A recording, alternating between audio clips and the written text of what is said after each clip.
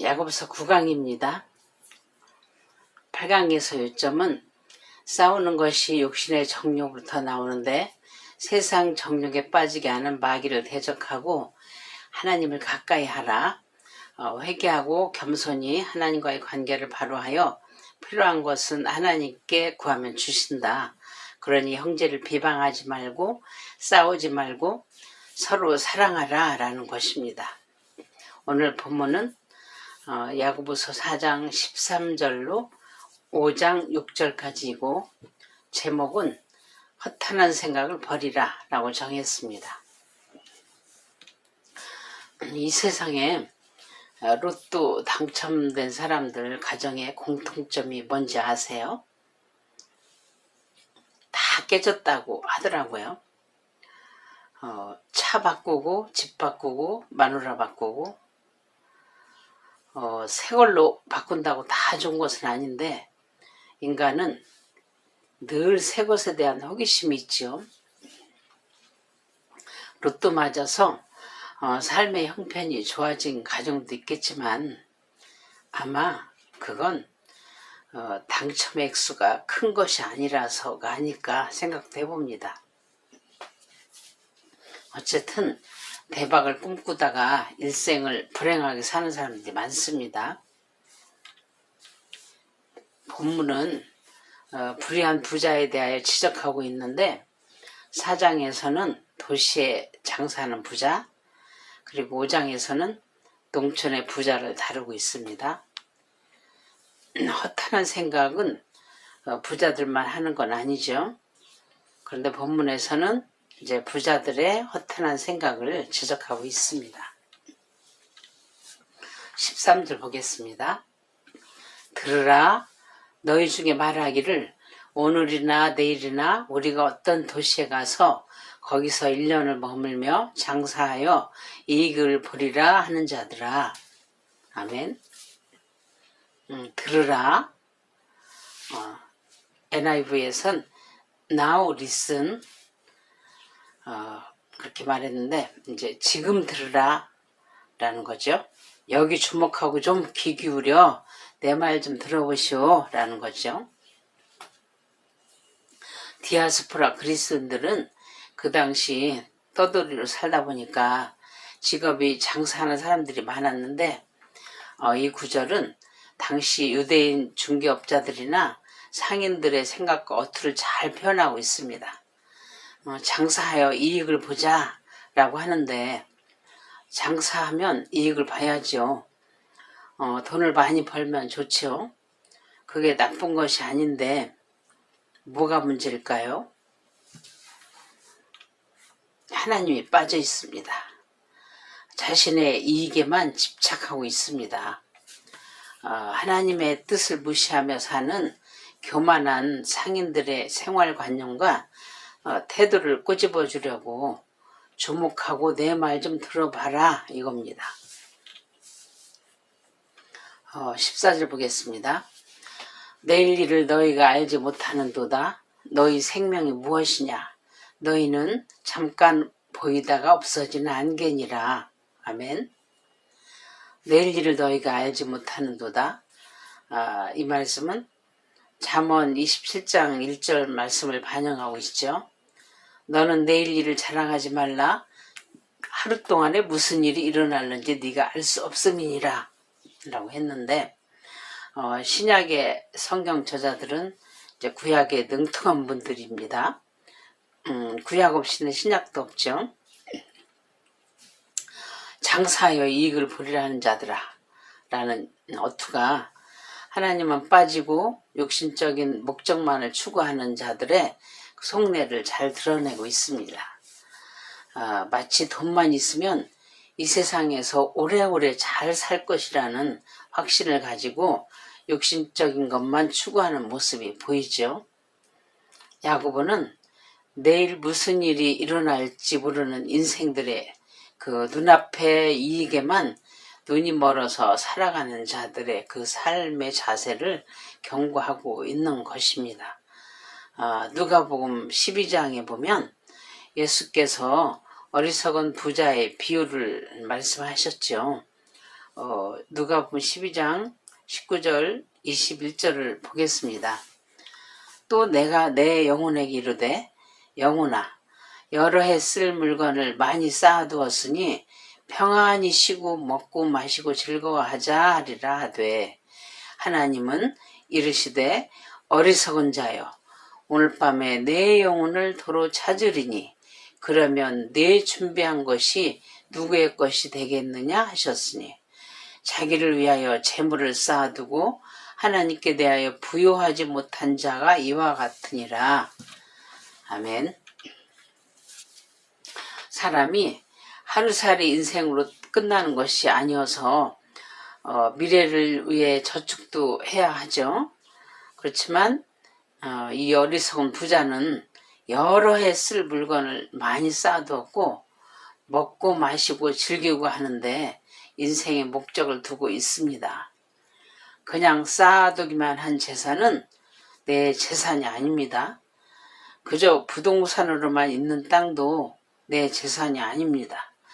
의미 있게 쓴 것이 내 것이라고 볼 수 있습니다. 재산도 권력도 건강도 재능도 은사도 한순간에 하나님이 거두어 가시면 아무것도 남는 게 없습니다. 다시 본문으로 돌아와서 14절 하반절에 너희 생명이 무엇이뇨? 너희는 잠깐 보이다가 없어지는 안개니라. 아멘. 이제 안개라는 말처럼 허무하게 들리는 게 있을까요? 인간의 생명이 지니고 있는 그 한계성을 보여주고 있는데 인생이 그 유한하다는 것을 깨달아야 하는데 젊어서는 그걸 잘 못 느끼는 것 같아요. 안개는 헬라어로 아트미스인데 증기 또는 호흡 같은 것을 의미합니다. 목숨이 붙어있는 인생이 호흡이 끊어지면 끝인데 그 유한성을 나타내는데 정말 적합한 단어인 것 같아요. 아침에 짙은 안개가 깔린 날이 있는데 태양이 떠오르면 언제 안개가 있었나 싶게 곧 사라지죠. 그러고 보면 인생이 더덥고 짧다라는 것을 인정하지 않을 수가 없습니다. 담배 피우는 분들은 한 모금의 담배 연기가 곧 사라지는 것을 보면 인생이 그와 같다라는 것을 바로 코앞에서 깨달으셔야 됩니다.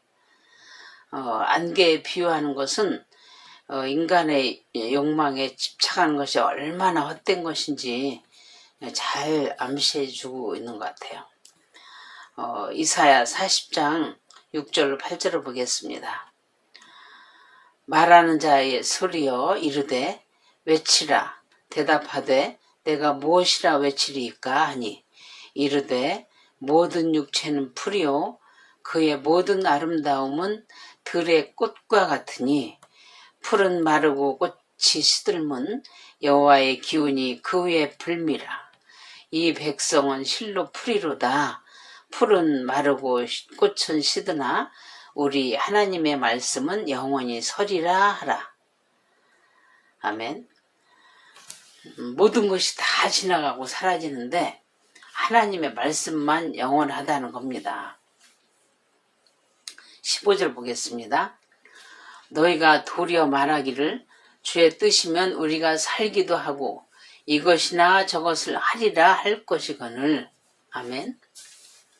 주의 뜻이면 하나님의 뜻이면 이런 어투는 초대교회 사도들이 잘 쓰던 어투였습니다. 기도할 때도 그렇고 우리끼리 대화할 때도 그렇고 지금 우리들도 종종 쓰지요. 바울이 성경에서 이제 사용한 예를 한번 찾아보면 사도행전 18장 22절에서 21절에 보면 여러 사람이 더 오래 있기를 청하되 허락하지 아니하고 작별하여 이르되 만일 하나님의 뜻이면 너에게 돌아오리라 하고 배를 타고 에베소를 떠나 그랬어요. 바울은 누굴 만나고 사역을 하는 데 있어서도 자기의 뜻대로가 아닌 하나님의 뜻을 먼저 앞세웠습니다. 하나님의 일을 하는 데 있어서도 하나님의 뜻을 먼저 구하고 그 뜻대로 나아가야지, 하나님의 사역이니까 무조건 오케이 하고 결정하는 건 아닌 거죠. 그리스도인은 세상 사업을 하든 목회를 하든 성공이 목적이 아닙니다. 하나님의 영광을 위하여가 인생의 목적입니다. 어느 도시에 가서 장사를 해서 이익을 남기는 것이 잘못이 아니라, 이익을 많이 보면 그 다음엔 어떻게 하겠다는 거냐고요. 또 땅을 사놓게요? 집 한 채 더 사놓게요? 야고보가 이 구절에서 말하고자 하는 것은 하나님의 계획이 그리스도인인 우리의 행동 하나하나 전 삶을 지배하도록 해야 한다라는 그런 권고의 말씀을 해주고 있는 것입니다. 16절 보겠습니다. 이제도 너희가 허탄한 자랑을 하니 그러한 자랑은 다 악한 것이라. 아멘. 자신을 지나치게 신뢰하거나 과대평가하는 그런 교만한 사람은 자기 자신에 대해서 확신에 차 있는 것을 볼 수 있는데, 이 허탄한 자랑을 하는 사람들은 세상적인 일들에 집착하면서 자기 이론대로 다 되리라고 철석같이 믿고 있는 게 특징입니다. 17절 봅니다. 그러므로 사람이 선을 행할 줄 알고도 행하지 아니하면 죄니라. 아멘. 그러므로는 지금까지 주장한 말에 대한 결론이죠. 사람이 선을 행할 줄 알고도 행하지 아니하면 죄니라 라고 결론을 내립니다. 그러니까 어떤 일이 하나님 보시기에 선한 것인지 알면서도 고의적으로 거역하면 죄가 된다는 것입니다. 이 구절은 로마서 14장 23절 하반절에 믿음을 따라 하지 아니하는 것은 다 죄니라 라는 말씀과 닮았습니다. 어디까지 선이라고 정의해야 하나 라고 궁금할 수도 있는데, 모든 종교가 선을 행할 것을 가르치지만 기독교에서 가르치는 선은 인간 중심에서 나온 선이 아니라 예수 그리스도를 본받아 하나님을 사랑하여 이웃을 사랑하는 그 모든 행위라고 보면 됩니다. 갈라디아 6장 9절로 10절을 보면 우리가 선을 행하되 낙심하지 말지니 포기하지 아니하면 때가 이름에 거두리라. 그러므로 우리는 기회 있는 대로 모든 이에게 착한 일을 하되 더욱 믿음의 가정들에게 할지니라 라고 했습니다. 다음 5장으로 넘어갑니다. 5장 1절 읽겠습니다. 들으라 부한 자들아, 너에게 임할 고생으로 말미암아 울고 통곡하라. 아멘. 들으라. 4장 14절에서처럼 야고보는 또 주목하고 이제 들으라고 불의한 부자들에게 경고를 하고 있습니다. 부한 자들아, 너에게 임할 고생으로 말미암아 울고 통곡하라. 부한 자들은 스스로 생각하기를 그 현재까지의 그 삶이 평안했던 것처럼 미래에도 계속 평안할 거라고 믿고 있어요. 그러나 곧 그 평안은 그치고 하나님의 엄한 심판이 있을 것이니 회개하라 이겁니다. 5장 2절 봅니다. 너희 재물은 썩었고 너희 옷은 좀 먹었으며. 아멘. 세상의 부유함을 뜻하는 재물과 옷을 이제 비유를 했는데, 평생을 통해서 다양한 방법으로 불의하게 추구했던 부가 이제 하나님의 심판을 받게 되는 결정적인 요인이기 때문에 이제 아무런 가치를 발휘할 수 없게 되었다라는 것입니다. 3절 봅니다. 너희 금과 은은 녹이 슬었으니 이 녹이 너희에게 증거가 되며 불같이 너희 살을 먹으리라. 너희가 말세의 재물을 쌓도다. 아멘. 너희 금과 은이 녹이 슬었다. 금과 은이 녹이 슬었다는 거 말이 안 되죠. 가난한 자들을 돕거나 선한 일에 쓰지 않고 재산을 축적해 놓기만 한 것은 그 재산이 가치를 발휘하지 못합니다. 그래서 재산이 쓸모없이 무가치한 상태가 됐기 때문에 녹이 슬었다라고 표현을 하는 것입니다. 불같이 너희 살을 먹으리라 너희가 말세에 재물을 쌓았도다 라고 했는데 말세 그러니까 말세에 대해서는 디모데후서 3장에 보면 말세에 고통하는 때가 이른다고 하며 쭉 나오죠. 그 현상에 대해서 아모스 8장 11절을 보면 주 여호와의 말씀이니라 보라 날이 이를지라 내가 기근을 땅에 보내리니 양식이 없어 주림이 아니며 물이 없어 가람이 아니요 여호와의 말씀을 듣지 못한 기갈이라 라고 했습니다. 말씀의 기갈이 얼마나 힘든지를 알아야 합니다. 돈 가지고 천국 가는 것 아닙니다. 말씀이 육신이 되어 오셔서 내 대신 십자가에서 죽어주시고 다시 사신 예수 그리스도 다시 재림하실 주님을 더 사랑하고 예수님이 우리를 사랑하신 것 같이 우리가 사랑하고 사는 것이 그리스도인의 본분입니다. 날마다 예수 그리스도를 더 얻어가는 삶을 살기 위해서 말씀에 접촉한 대로 접촉한 상태로 살아야지 떨어지면 안 됩니다. 히브리서 2장 1절에 보면 그러므로 우리는 들은 것에 더욱 유념함으로 우리가 흘러 떠내려가지 않도록 함이 마땅하니라 라고 했는데 말씀을 들었으면 정말로 그러한가 하여 혼자서도 성경을 찾아보고 늘 말씀에 온 해야지 오프하면 안 됩니다. 전원이 켜져 있어야 전기가 들어오지 꺼진 상태로 살면 어둠의 세상에서 헤매며 사는 것입니다. 그래서 여기에서 지적하는 부자들은 영적인 일에 관심을 쏟아야 할 때에 물질에 우선적으로 마음을 빼앗겨서 불의한 방법으로 재물을 추가했기 때문에 메시아의 심판의 때에 하나님의 공의로운 심판을 받게 된다는 것입니다. 4절 봅니다.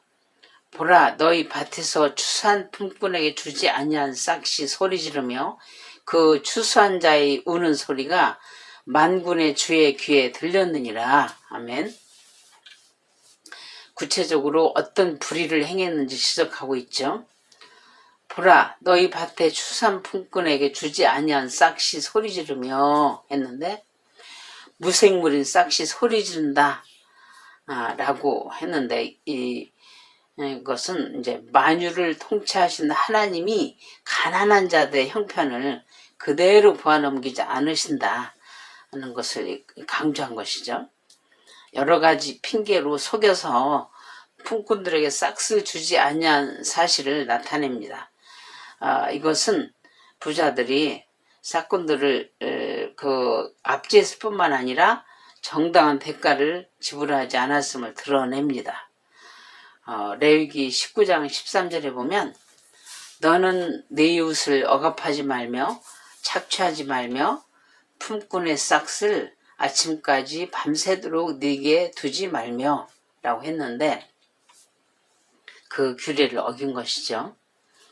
하루 벌어 하루 먹고 사는 가난한 품꾼은 그것 아니면 굶어야 하는데 이런 일들이 한두 번이 아니기 때문에 만군의 주 하나님께 울부짖어 아뢰는 것입니다. 가난한 품꾼의 간절한 울부짖음을 아주 리얼하게 피부에 와 닿는 표현으로 싹시 소리 질렀다라고 표현하고 있는 것입니다. 신명기 24장 15절 봅니다. 그 품삯을 당일에 주고 해진 후까지 미루지 말라. 이는 그가 가난함으로 그 품삯을 간절히 바람이라. 그가 너를 여호와께 호소하지 않게 하라.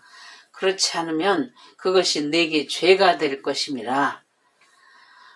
예레미야 22장 13절에 보면 불의로 그 집을 세우며 부정하게 그 다락방을 지으며 자기의 이웃을 고용하고 그의 품삯을 주지 아니하는 자에게 화 있을진저 라고 했는데 요즘은 법이 많이 강화돼서 임금을 착취하기가 쉽지 않지만 그래도 암암리에 일어나고 있는 일입니다. 외국인 근로자들을 고용하는 경우는 그들의 불리한 점을 이용하는 그 악덕업자들이 있죠. 그런데 업주가 크리스찬이면 하나님을 두려워한다면 그러지 말아야 합니다. 출애굽기 3장 7절에 여호와께서 이르시되 내가 애굽에 있는 내 백성의 고통을 분명히 보고 그들의 감독자로 말미암아 부르짖음을 듣고 그 근심을 알고 했습니다. 하나님은 보고 듣고 알고 계십니다. 그래서 하나님의 백성들의 고통 소리를 들으시면 천군 천사를 보내어 일하십니다. 4절 하반절에서 추수한 자의 우는 소리가 만군의 주의 귀에 들렸느니라 라고 했는데 만군의 주라고 했는데 만군의 주는 이제 퀴리오 사바오트인데 퀴리오 사바오트는 백성을 돕는 하늘의 군대라는 뜻입니다. 하나님의 위엄과 탁월한 권능을 잘 나타내주는 칭호입니다.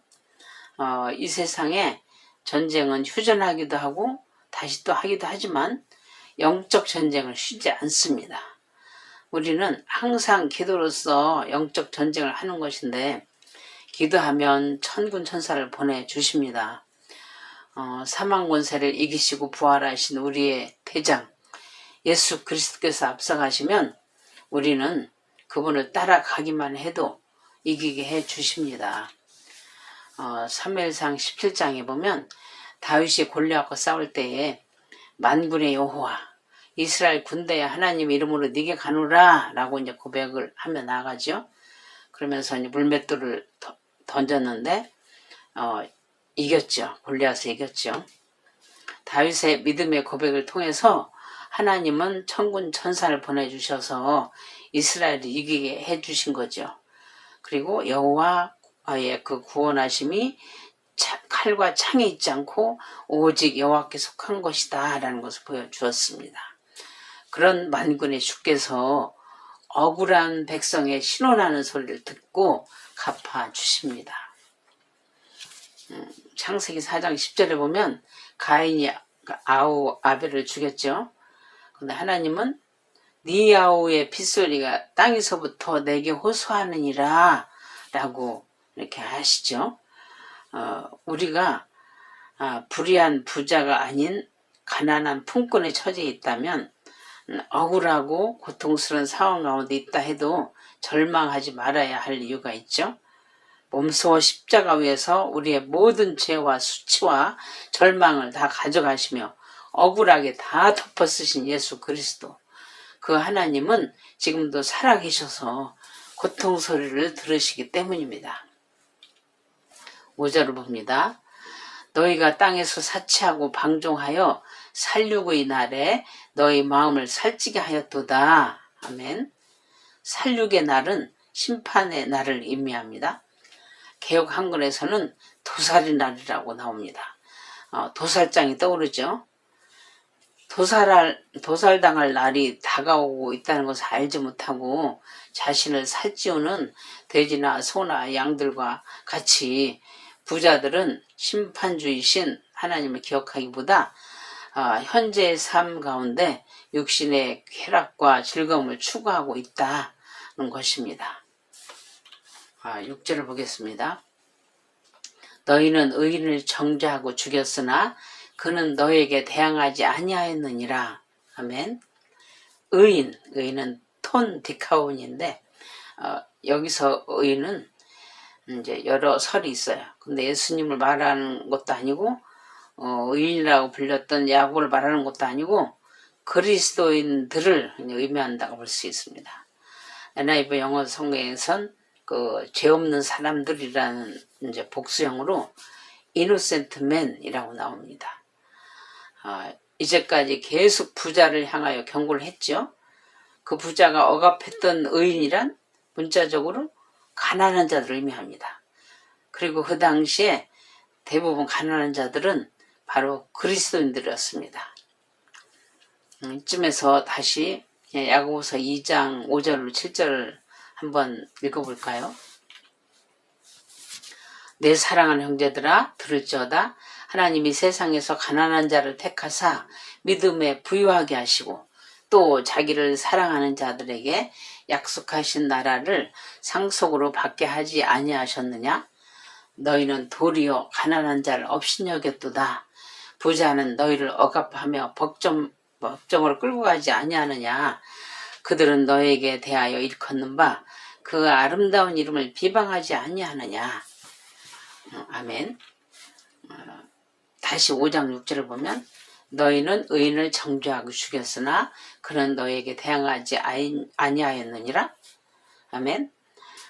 불의하고 극악한 자들 그리고 정하지 않는 의로운 자의 그 온유한 태도를 대조적으로 보여주면서 고발하고 있죠. 야고보가 지적하는 것은 부자라는 이유만으로 그런 것이 아니라 장사에서 이익을 남기는 것이 나쁘다는 것이 아니라 그의 인생에 하나님은 빠져있고 불의한 방법으로 부자가 됐기 때문입니다. 추수한 품꾼의 싹을 떼어먹으며 재물을 쌓아놓고 가난한 자의 고통소리를 외면하고 착취한 돈으로 사치하고 방종하여 살기 때문입니다. 정당하게 돈을 벌었어도 복을 주신 하나님을 기억하며 가난한 자들을 돌아보는 자가 진정한 부자이며 복된 자입니다.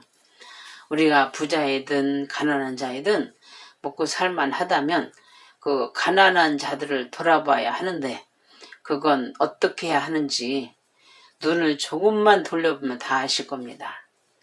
아무리 과학이 눈부시게 발전하고 다 잘 사는 세상이 온 것 같아도 비참하게 사는 사람들은 어디에나 어느 때나 있습니다. 잘 나가던 회사의 대표였던 사람이 하루아침에 회사가 망해서 집을 나와 노숙자가 된 사람들도 적지 않은 것 같더라고요.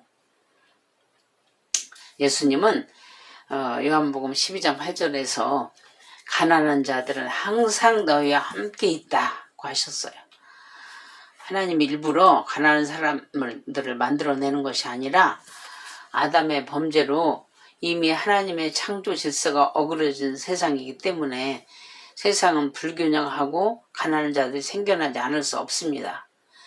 그리스도인들은 그 가난한 자들에게 한 것이 그리스도 예수께 한 것임을 기억해야 할 것입니다. 오늘 말씀을 정리하면 불의한 방법으로 부자가 되려는 자들이나 부자가 된 자들은 종말이 곧 온다는 것을 기억해라. 종말이 때, 심판의 때에 불의로 쌓아놓은 재물은 아무 소용이 없다. 선을 행할 줄 알고도 행하지 않으면 죄가 되니 회개하라 라는 것입니다. 본문 말씀을 통해서 우리가 장사를 하든 농사를 짓든 내가 무슨 직업을 갖든 안 가졌든 어떤 불의한 방법으로 이득을 취하려 했는지 돌아보고 고통당하는 자들을 돌아보고 내 삶 속에 하나님을 늘 초대하고 있는지 아닌지 돌아봐야 하겠습니다.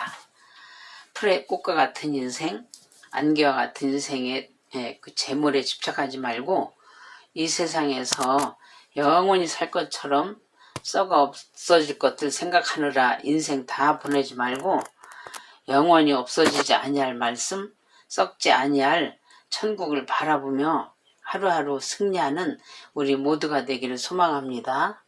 아멘.